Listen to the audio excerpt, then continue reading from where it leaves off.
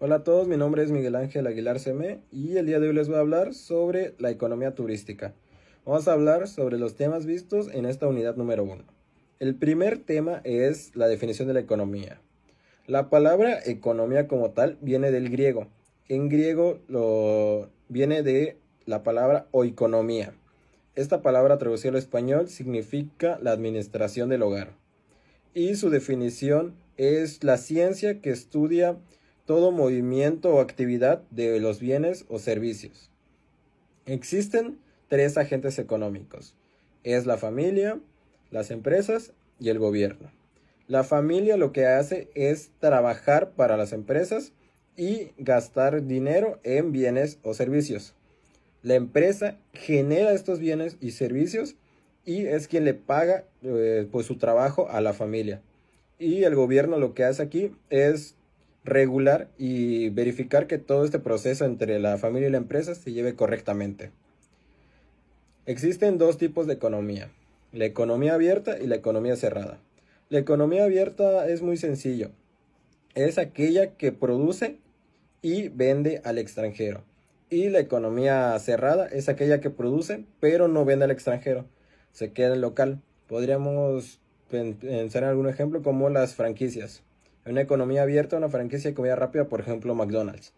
En cambio, una economía cerrada sería, por ejemplo, una tienda Willis que solo vende aquí en local, en México. El tema 2 nos habla de la macroeconomía y la microeconomía. Es muy sencillo.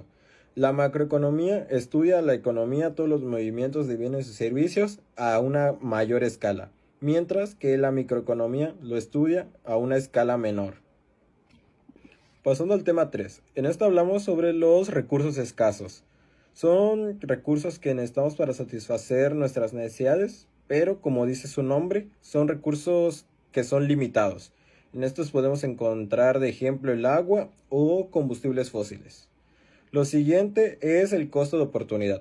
El costo de oportunidad se refiere al análisis de aquello que se pierde cuando se toma una decisión, es decir, la opción que no se escogió.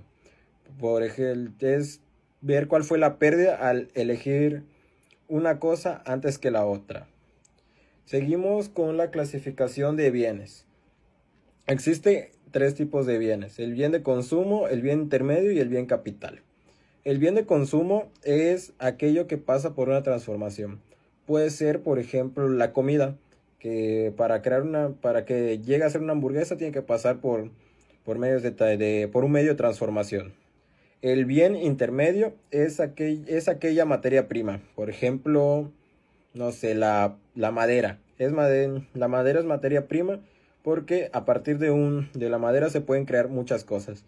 Y el bien capital es toda aquella infraestructura que se requiere para poder crear estos bienes, el bien de consumo. Y seguimos con la especialización. Es muy sencilla la especialización. Es cuando una empresa decide centrar todos sus recursos y todos sus bienes a la creación de algún producto específico. Puede ser, por ejemplo, alimentos, internet o cualquiera que decida esta empresa. Para el tema número 4 hablamos de los factores de producción. Los factores de producción son aquellos que se requieren para crear un bien o servicio. Estos son cuatro, pero vamos a hablarles de un quinto igual. El primero es la tierra. Son aquellos recursos naturales que se requieren para la creación. Siguiente es el trabajo. Se refiere a la mano de obra o al tiempo invertido para este bien. Siguiente factor es la capital. Esto se refiere a la infraestructura que se ocupa o toda la maquinaria.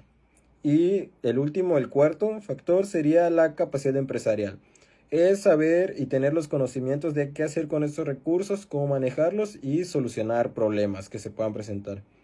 El quinto factor vendría siendo la tecnología.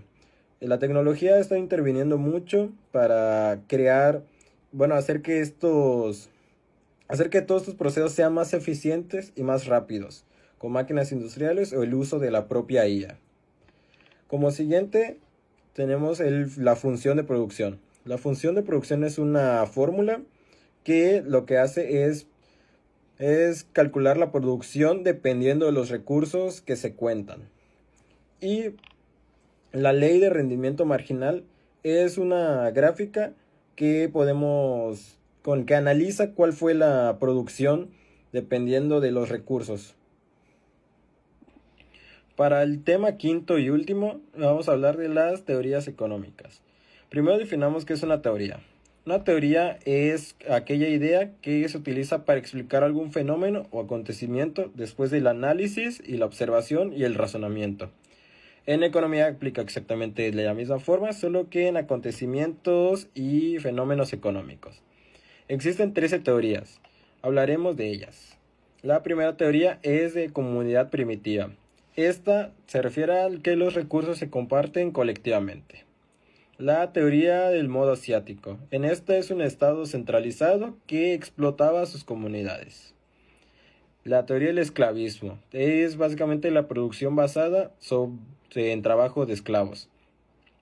El feudalismo era una sociedad que estaba dividida entre señores, cleros y vasallos. Era una economía agrícola.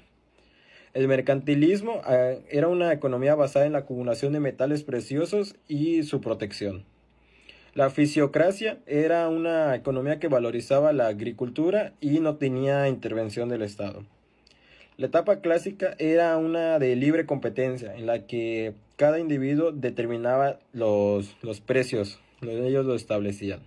El marxismo era una crítica al capitalismo, en esta se proponía el comunismo.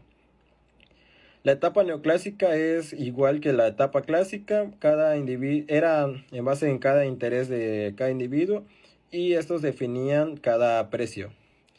El keynesianismo tenía intervención estatal para superar la crisis que se estaba viviendo en ese momento.